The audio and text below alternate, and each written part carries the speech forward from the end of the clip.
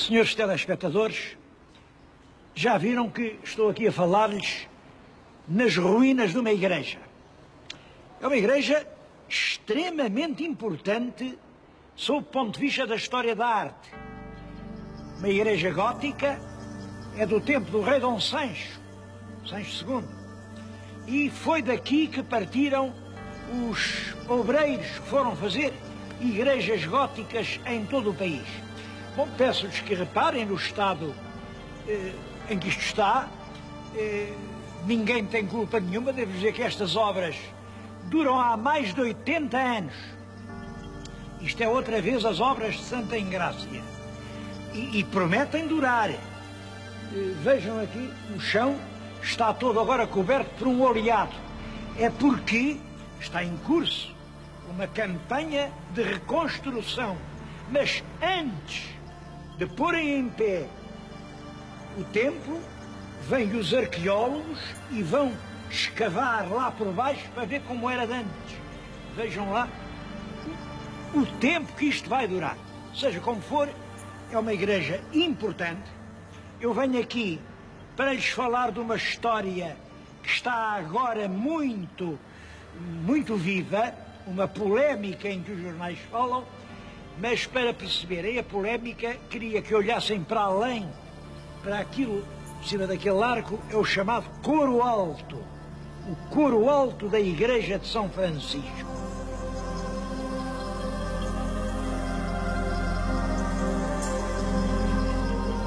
Aquele coro alto foi mandado construir pelo rei Dom Fernando, que tinha um projeto, era pôr ali o seu túmulo para toda a eternidade.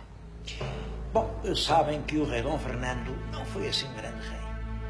Ele nasceu em 1340, uma má altura para nascer, é um tempo mau, em 48 vem a peste negra, é uma época difícil de Portugal. Depois foi rei, subiu ao trono em 1367. Esta data, 1367. A gente aqui sabe muito pouco de história do século XIV, mas é também uma altura má. Começa a Guerra dos 100 Anos, as nações europeias sentem-se perturbadas no seu crescimento e ele teve um reinado muito difícil. Olhem, tão difícil, saía de Lisboa, vinha-se meter aqui em Santarém, ele adorava Santarém, estava sempre aqui. Mas o que o povo dizia era isto, porque o rei nunca decidia nada, estava cá, ia para Lisboa, de Lisboa vinha para aqui, e o povo dizia: asno vai e asno vem de Lisboa a Santarém. Quando um povo chama asno ao rei é mau sinal. E não era só o povo. O Camões escreveu nos Lusíadas: o fraco rei faz fraca a forte gente. E escreveu isso exatamente sobre este Dom Fernando. O fraco rei faz fraca a forte gente. Eu não sei se é verdade, eu penso aos meus telespectadores, pensem se isso é assim. Será verdade que basta o senhor de cima ser assim fracote para toda a gente também não valer nada? Eu gostava que fosse, porque se o fraco rei faz fraca a forte gente, então o forte rei faz forte a fraca gente. E bastava achar um chefe de Estado capaz para o país progredir. Bem, qual das duas é verdadeira, eu não sei. Mas o que estava a dizer-lhes era isto. O Dom Fernando manda fazer ali aquele magnífico claustro, manda lavrar o seu túmulo, era uma linda peça de mármore todo esculpido. Entretanto, isto é um lugar da moda, toda a gente faz aqui as suas capelas. Estou-lhes a falar aqui no claustro, um claustro feito pelas grandes famílias. Hoje não é. Olhem para isto é um desastre. Reparem, tudo isto é terra batida, faz pó, até tem charcos, correm aí ribeiros. Bom, mas isto foi que, quando isto foi esclausturado, houve um senhor comandante que achou que este claustro era uma bela cavalariça para uma coisa que nos regulamentos militares se chama solípedes.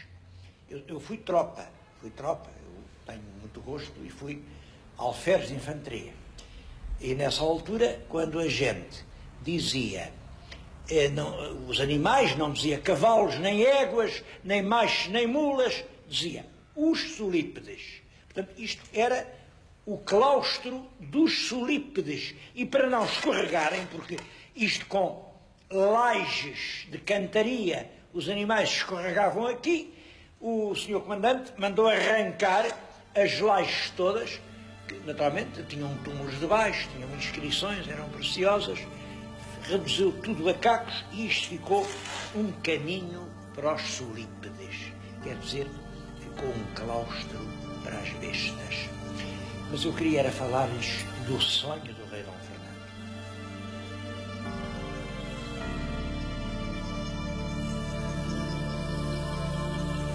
O sonho do rei era repousar para sempre no seu sepulcro de mármore, no claustro alto da igreja de São Francisco de Santarém.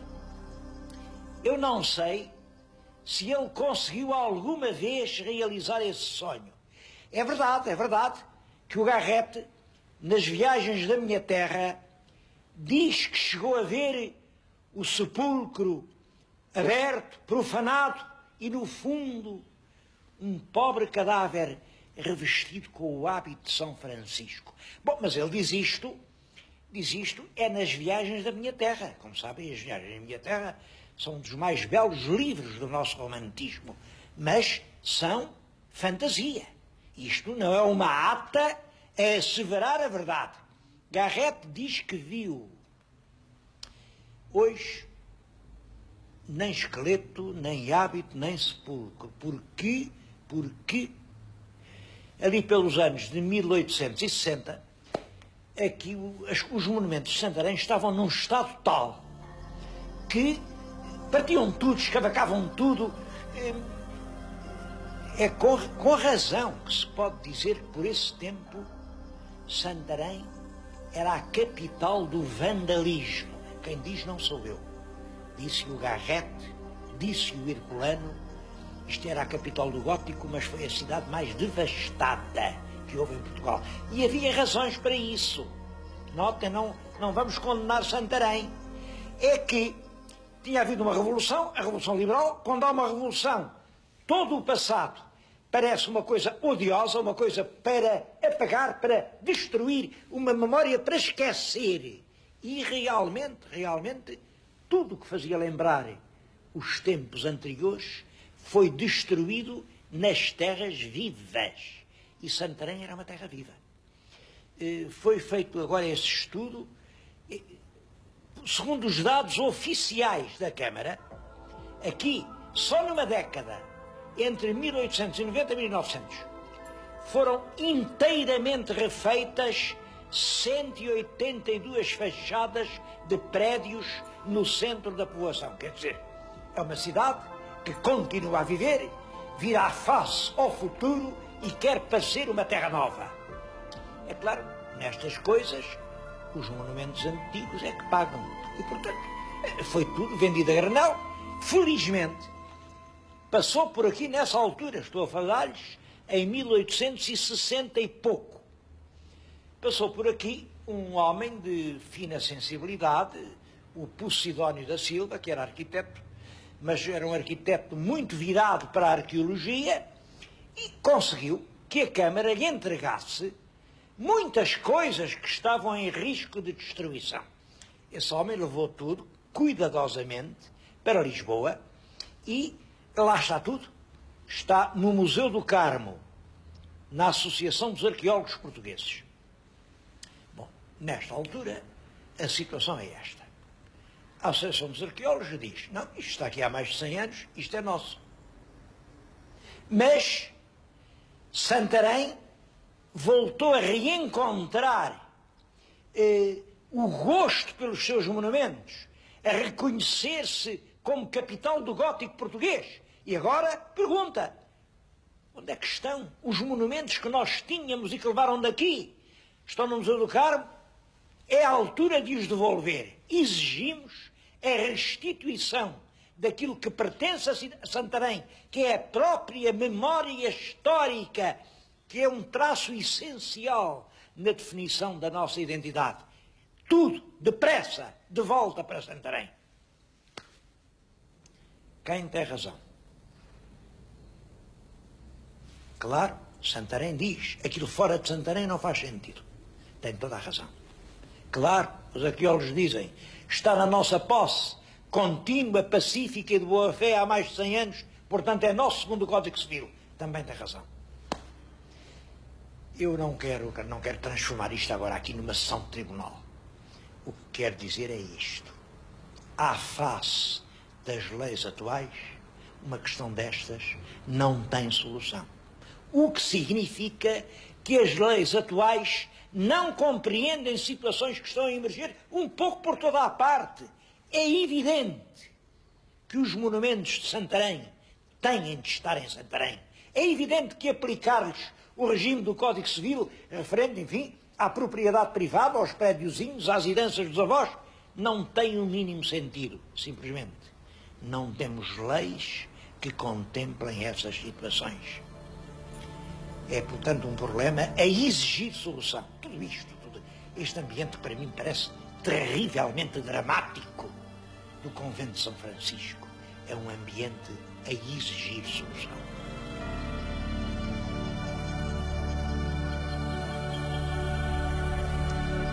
Santarém está ligada a muitos episódios decisivos da história portuguesa. Bom, isso não admira muito porque, reparem, a importância de uma terra está ligada com as estradas que a liga às outras terras. E antigamente não havia estradas, não havia nenhuma estrada, a não ser os rios. Eu já noutros programas tenho falado na extraordinária importância dos rios para entender a história. Agora reparem, Santarém teve sempre esta magnífica estrada do Rio Tejo ligando-a a Lisboa. Aqui produzia-se o trigo, o azeite, o vinho, que eram consumidos em Lisboa. Portanto, isto aqui foi sempre uma terra importante, de proprietários, de muita lavoura, e daí que os reis gostassem muito de vir para aqui. Eu vou só recordar-lhes 2 episódios que são particularmente importantes. O primeiro, acho que foi aqui neste sítio, porque as fontes dizem que foi diante da igreja de São Francisco.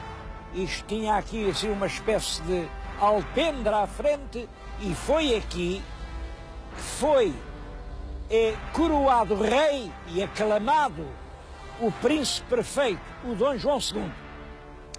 Mas nesse caso, fala-se muito nisso, ele foi aclamado rei aqui em Santarém, e há uma coisa que cá para mim é um bocado misteriosa e que eu ainda não consegui resolver. Porque ele foi aclamado rei, mas o pai estava vivo, o pai era o Dom Afonso V. O que é que aconteceu? O rei, o Dom Afonso V, meteu-se numa guerra com Castela. A guerra correu bastante mal, bastante mal. E o rei foi para a França para ver se o rei de França lhe dava um auxílio militar. Bom, o rei de França era um homem muito manhoso, chamavam-lhe Raposo, era o Luís XI, e andou a entretê-lo, a iludi-lo, a enganá-lo, andou e manteve-o lá quase um ano. E estava aqui o Dom João II, o filho, o infante Dom João, enfim, com o encargo. Ele é que era o verdadeiro rei, mas o rei era o outro que estava em França, até que o Dom João mandou uma carta ao pai, uma carta misteriosa. Ninguém sabe o que a carta dizia. Quem a levou foi um homem de Palmela. Um homem de Palmela, era lá o alcaide do castelo, e foi a França e entregou a carta ao rei. Sabe-se que o rei tomou conhecimento dela e ficou tão perturbado, que resolveu, olhem, desaparecer. Resolveu desaparecer. Fechou-se, escreveu uma carta ao filho, a dizer, olha rapaz, tu, quando receberes esta carta, faz-te o rei, pronto, governa lá o país. Escreveu outra carta ao rei de França, a dizer, remoques, a dizer, enfim, fingiu que o ajudou e só o fez perder tempo. Escreveu também uma carta aos portugueses, a dizer, vocês agora têm um novo rei, obedeçam-lhe. E ele, com 2 ou 3 criados, desapareceu. Diz que ia a caminho da Terra Santa, queria sair deste mundo. Logo que a carta chegou a Portugal, o filho, aqui, reúne toda a corte e numa cerimónia muito importante, faz-se coroar rei. Ora bem, onde é que está o que isto tem de esquisito? É que o verdadeiro rei desapareceu, mas desapareceu só durante 2 dias. 2 dias. Ele estava no norte da França, na cidade de Honfleur, bateu-se pela estrada, mas logo que deram pela falta disso, mandaram cavaleiros atrás dele e 2 dias depois apareceu.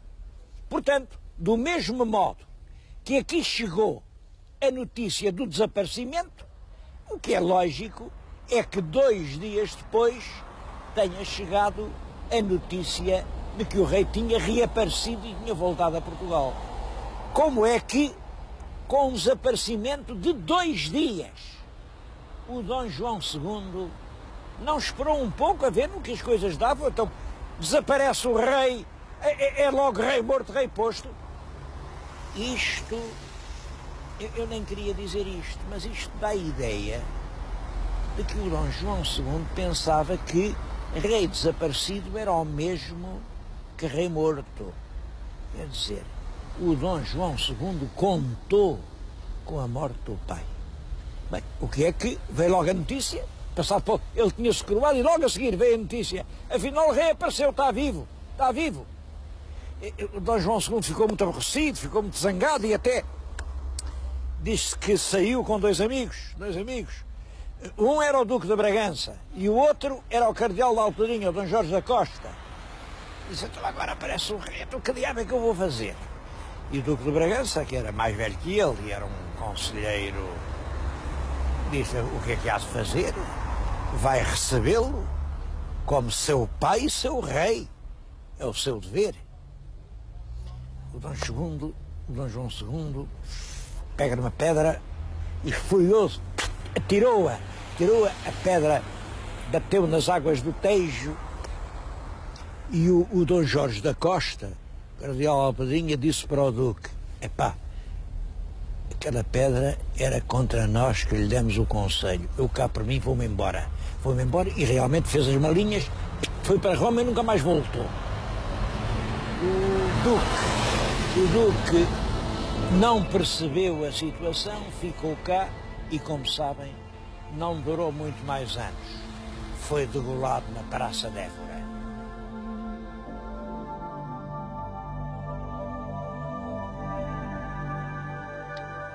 Um outro episódio que deve ser lembrado aqui em Santarém é o famoso discurso.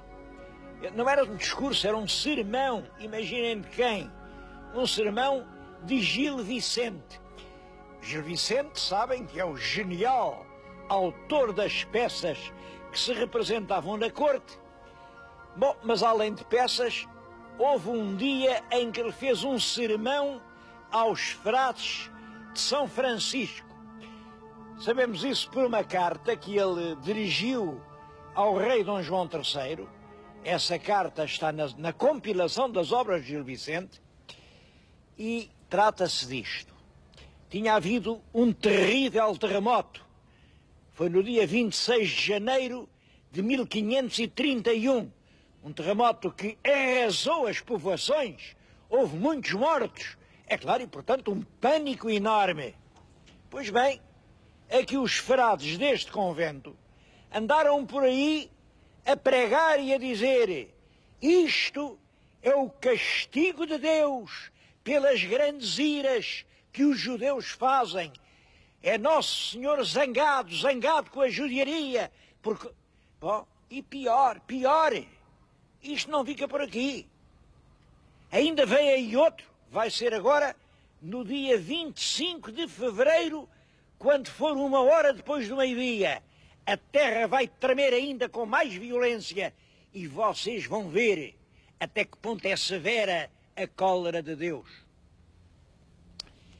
Eu acho que, é claro, este sermão vinha, evidentemente, da ignorância dos frades, claro. Mas, em todo caso, é um bocado esquisito.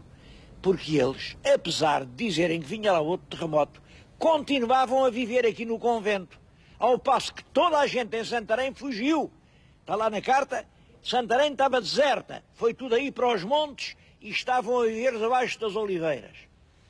Pois bem, o nosso Gil Vicente, que já não era novo, isto é em 1531, ele estreou-se em 1502, portanto já tinha cerca de 30 anos de amizade do rei, era isso com certeza que lhe dava, enfim, o relevo bastante para chegar aqui.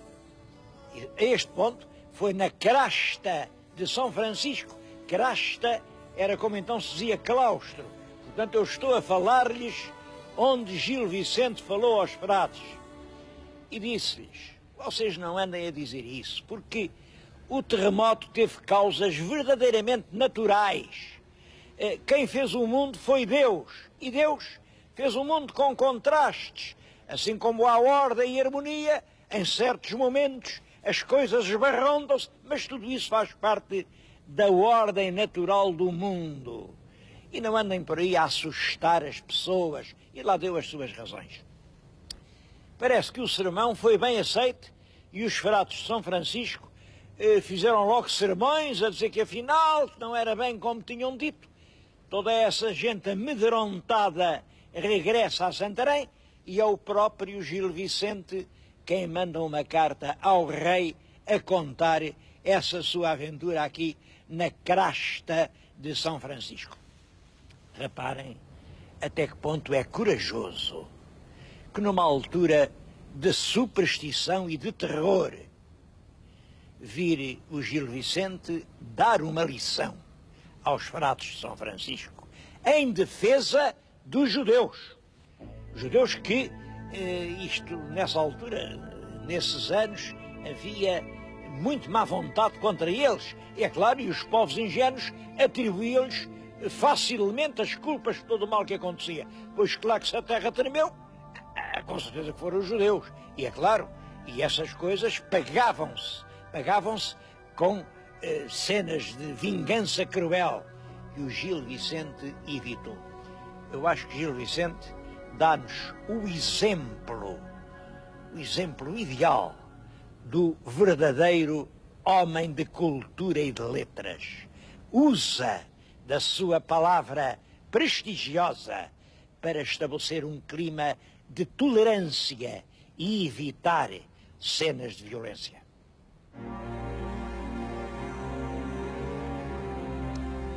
Qual vai ser o futuro deste grande conjunto que foi outrora o Mosteiro de São Francisco? Bom, ele hoje, em parte são ruínas, em parte é um quartel que alberga um museu. É o Museu da Cavalaria. Eu gostava de o mostrar, mas ele está agora em artigos de mudança, está tudo encaixotado, mas pelo que vem na frente, percebem o que é o Museu da Cavalaria.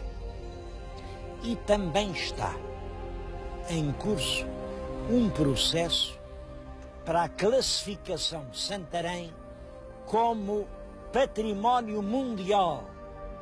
E esse processo já originou publicações excelentes. Estão a vê-las, que mostram de uma forma convincente a riqueza monumental de Santarém. Para mostrar essa riqueza basta que eu lhes diga isto. Há aqui 15 monumentos nacionais e 20 monumentos de interesse público ou concelhio. Pode-se dizer que aqui tudo é monumento. Bom, isto vai ser património mundial ou não vai? Eu não sei adivinhar o futuro. Agora, digo-lhes a minha opinião. Eu não sei se é mundial, se não é. Que é nacional, é com certeza. E que o futuro de Santarém vai ser o de uma grande cidade histórica, não tenho dúvida nenhuma. Bom, já agora fica aqui uma ideia. Eu às vezes tenho tido ideias que o futuro confirma. Neste grande complexo que foi São Francisco, que é aqui ao lado da Trindade, ficava bem um museu do Portugal medieval, do Portugal gótico, do Portugal que vai desde o Dom Afonso Henriques a El Rei Dom Fernando, cujo sonho foi ficar aqui para sempre.